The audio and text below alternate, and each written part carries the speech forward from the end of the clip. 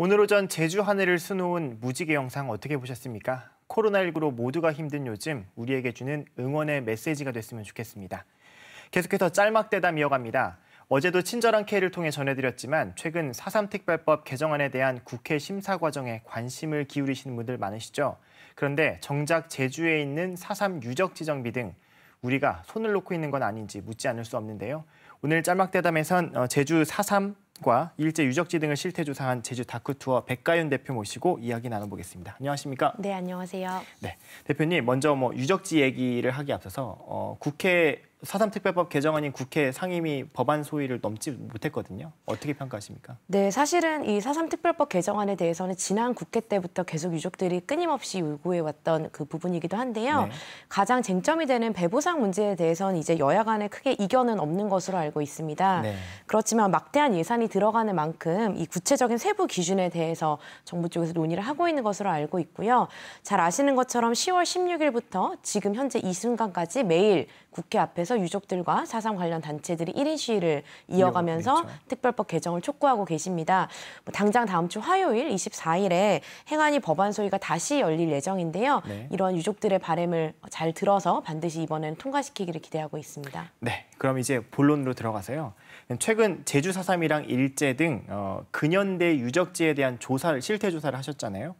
이번 내용 좀 간략히 설명 먼저 부탁드릴게요. 네, 저희가 제주도 내 다크투어 유적지 100곳에 있는 안내판을 위주로 조사를 진행했는데요. 네.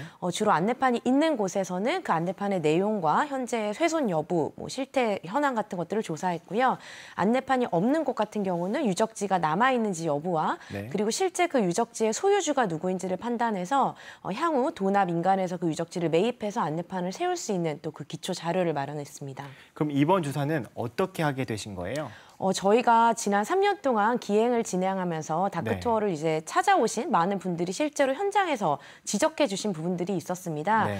예를 들면 알뜨르 비행장의 경우에는 기행에 참가했던 동아시아 연구자분들께서 그 연도가 네. 틀렸다는 것을 좀 지적해 주셨고요. 네.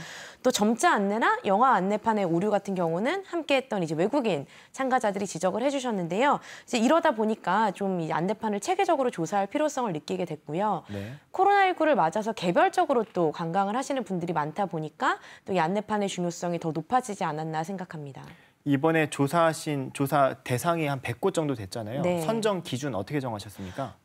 다크투어는 전쟁이나 학살 같은 비극적인 사건이 일어난 공간이다 보니까 그렇죠. 당연히 우리 제주도에서는 제주 4.3 그리고 그 이전에 일제강점기 유적을 들 수 있을 텐데요. 네. 그 이외에도 4.3 이후에 진상조사가 일어났던 그런 중요한 장면들도 같이 포함했습니다. 네. 그래서 역사성과 보존성 등을 두루 고려해서 이 100곳을 선정하게 되었습니다. 그러면 실제 조사해보니까 어땠습니까? 실제 유적지 안내판이 세워진 곳들 중에는 안타깝게도 훼손되거나 이제 그러니까 알아보지 못할 정도로 훼손되어 있는 곳, 그리고 또 내용 자체에 오류가 있는 곳도 다수 찾아볼 수 있었습니다. 네. 중요한 유적지임에도 불구하고 안내판이 없는 곳도 좀 많이 있어서 네. 이 막대한 예산을 들여서 안내판을 세우는 것, 그다음에 그 이후에 사후 작업이 좀 더 보강되어야 될 것이라고 생각이 됐고요. 네.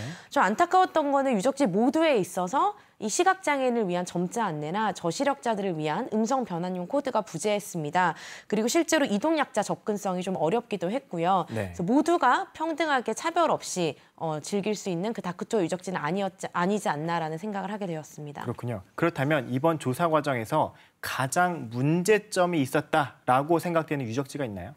저는 아무래도 관덕정을 들고 싶은데요. 관덕정이요. 네. 도심 속에서 아주 가까운 곳인데. 그렇죠. 그리고 관덕정은 이제 4.3의 도화선이 됐다라고 하는 네. 3.1절 발포 사건이 일어난 곳인데도 불구하고 그 앞에 가보시면 실제로 조선시대 목관화에 대한 설명은 있고 네. 4.3에 대한 설명은 단 한 개도 없습니다. 그렇군요. 그래서 물론 해당 장소에 대한 모든 역사적 사실을 한 개의 안내판에 다 기록할 수는 없겠지만 이런 중요한 역사적 사실에 대한 기재는 반드시 필요하다고 보고 있고요. 네. 또 유적지 안내판이 없는 곳 중에서도 도가 소유한 부지의 경우에는 네. 사실 도가 이 역사적 사실을 알리겠다라는 그 도의 의지만 있다면 충분히 지금에라도 안내판을 세울 수 있지 않나라는 생각이 듭니다. 이 밖에도 지금 문제점을 한 7가지로 나누셨는데 네. 그중에서도 좀 가장 개선이 시급하다 하는 부분이 있을까요? 아무래도 다 중요하기 때문에 그렇죠. 어떤 거 하나가 시급하다라고 얘기하기 좀 어려울 텐데요.